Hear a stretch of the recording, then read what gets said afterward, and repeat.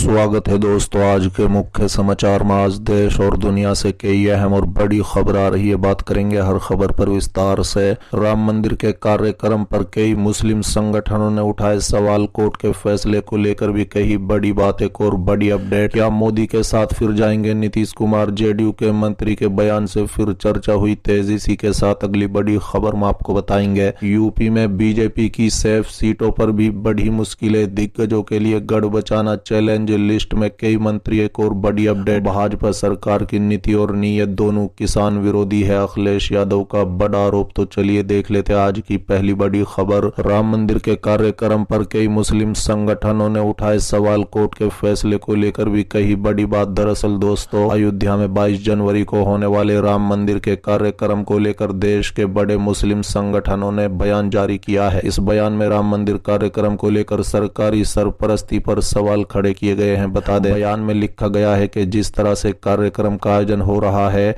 और सरकार कार्यक्रम कर रही है वो देश के सेकुलर दस्तूर के खिलाफ है। मुस्लिम संगठनों ने लिखा है कि हम अपनी इस बात को कहना चाहते हैं कि हम बाबरी मस्जिद से संबंधित सुप्रीम कोर्ट के फैसले से संतुष्ट नहीं है, क्योंकि कोर्ट ने अपने फैसले में इस बात को माना कि इस बात के कोई सबूत नहीं मिले हैं कि मंदिर तोड़कर मस्जिद बनाई गई थी। इसके बावजूद भी कोर्ट ने सिर्फ आस्था को बुनियाद बनाकर मस्जिद की जगह मंदिर बनाने के लिए दे दी। मुस्लिम संगठनों ने आगे लिखा कि हमें इस बात पर भी एतराज है कि 1991 के वर्शिप एक्ट को कानून के बावजूद इस कानून को सख्ती से लागू नहीं किया जा रहा है और अदालत इस कानून को दरकिनार करके दूसरी मस्जिदों पर भी सुनवाई कर रही है। ये रवैया अदालती निजाम पर देश के इंसाफ पसंद जनता के भरोसे को तोड़ने का कारण बन सकता है।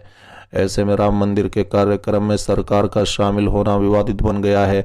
कोई भी सेकुलर इंसान इसको पसंद नहीं करेगा। हम देश के मुसलमान और देश की जनता से भी अपील करते हैं कि वो इन हालात में अमन को बरकरार रखें। इन हालात से किसी की मायूसी नहीं होनी चाहिए और सब्र का दामन नहीं छोड़ना चाहिए।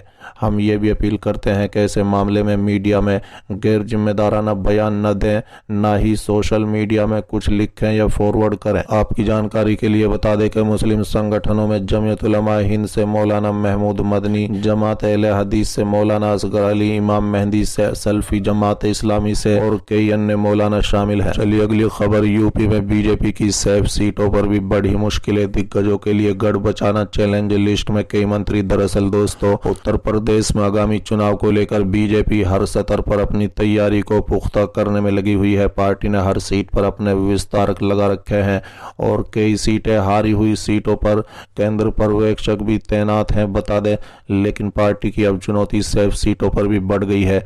इसका खुलासा सर्वे के आधार पर हुआ है। बता दें, इस सर्वे के आंकड़े सामने आने के बाद कई दिग्गजों की साख दांव पर लगती हुई नजर आ रही है। बीते आजमगढ़ चुनाव में बीजेपी के टिकट पर चुनाव जीते भोजपुरी स्टार दिनेश लाल यादव निरुआ लिस्ट में सबसे ऊपर है।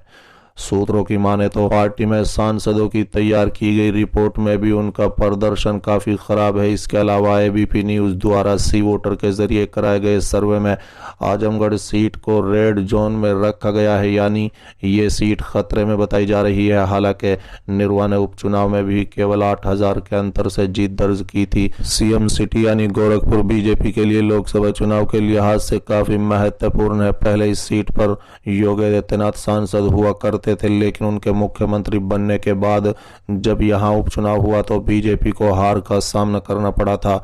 इसके बाद बीते लोकसभा चुनाव में पार्टी ने भोजपुरी स्टार रवि किशन पर दांव लगाया और उन्होंने बड़ी जीत दर्ज की, लेकिन सर्वे में इस सीट को ऑरेंज जोन में रखा गया है, यानी हार जीत का अंतर ठीक ठाक रहने की संभावना है।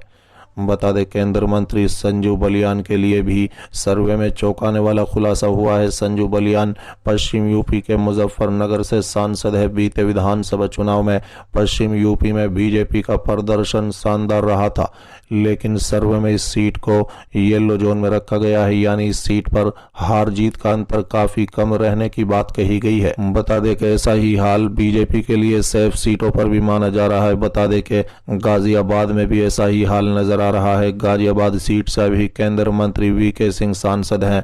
वीके सिंह लगातार इस सीट पर दूसरी बार सांसद हैं। सर्वे में इस सेफ सीट को भी येलो जोन में रखा गया है, यानी इस सीट पर हार जीत का अंतर ठीक ठाक रहने की संभावना है, लेकिन ये सीट बीजेपी के लिए सेफ सीट रही है। लखीमपुर खीरी यूपी विधानसभा चुनाव से ठीक पहले काफी चर्चा में रहा था। तब केंद्रीय मंत्री और यहां के बीजेपी सांसद अजय मिश्रा टोनी के बेटे आशीष मिश्रा पर किसानों की हत्या का आरोप लगा था। इस कांड के बाद जमकर बवाल हुआ और आशीष मिश्रा लंबे समय तक जेल में रहे। हालांकि विधानसभा चुनाव में बीजेपी ने 5 में से 4 सीटों पर जीत दर्ज की, लेकिन अब सर्वे में इस सीट को येलो जोन में रखा गया है। बता दें कि फिल्म स्टार और बीजेपी सांसद हेमा मालिनी के लिए मथुरा हमेशा से सेफ सीट मानी जा रही है। बीते कुछ दिनों से देखा जाता है कि हेमा मालिनी अपने क्षेत्र में एक्टिव नजर आ रही है, लेकिन सर्वे के आंकड़े उनकी मुश्किलें बढ़ाते दिख रहे हैं। इस सीट को सर्वे में येलो जोन में रखा गया है, यानी सीट पर हार जीत का अंतर काफी कम रहने की बात कही गई है। चलिए अगली खबर, क्या मोदी के साथ फिर जाएंगे नीतीश कुमार? जेडीयू के मंत्री के बयान से फिर चर्चा हुई तेज। दरअसल दोस्तों, भवन निर्माण मंत्री डॉक्टर अशोक चौधरी के बयान के बाद एक बार फिर रजग में जेडीयू के शामिल होने की चर्चा होने लगी है। बता दें, रजग में जेडीयू के शामिल होने के सवाल पर उन्होंने कहा कि कल कोई नहीं जानता कि क्या हो जाएगा। बता दें, उन्होंने कहा है कि मुख्यमंत्री नीतीश कुमार को जेडीयू के राष्ट्रीय अध्यक्ष बनने के बाद राजनीतिक सक्रियता बढ़ गई है। ये साफ दिखता है कि टाइगर अभी जिंदा है। उन्होंने कहा है कि नीतीश कुमार दोबारा जेडीयू के राष्ट्रीय अध्यक्ष बनने से हम राष्ट्रीय पार्टी बनने का लक्ष्य पूरा करेंगे। उनके नेतृत्व में हम एकजुट होकर मजबूती से काम करेंगे। राष्ट्रीय अध्यक्ष पद से लल्लन सिंह ने खुद को इस्तीफा दे दिया। वो अपने संसदीय क्षेत्र मुंगेर पर ज्यादा ध्यान देना चाहते हैं। ऐसे में विवाद की कोई बात नहीं है।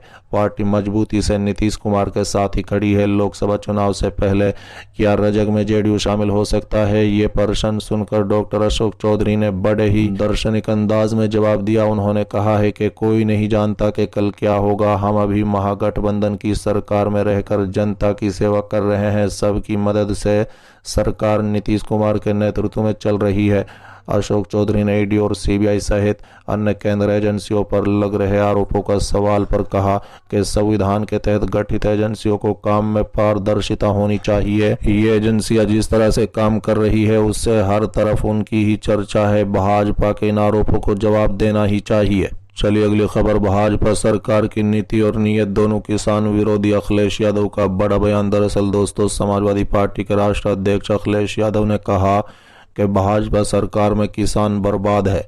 भाजपा सरकार की नीति और नीयत दोनों किसान विरोधी है। इसी वजह से अभी तक गन्ना मूल्य तय नहीं किया गया है। बता दें कि किसानों को गन्ने का बकाया भुगतान नहीं मिला। गन्ना का लाभकारी मूल्य किसानों को मिलना चाहिए। भाजपा सरकार गन्ने का लाभकारी मूल्य क्यों नहीं घोषित कर रही है? भाजपा सरकार सिर्फ झूठे वादों पर टिकी हुई है।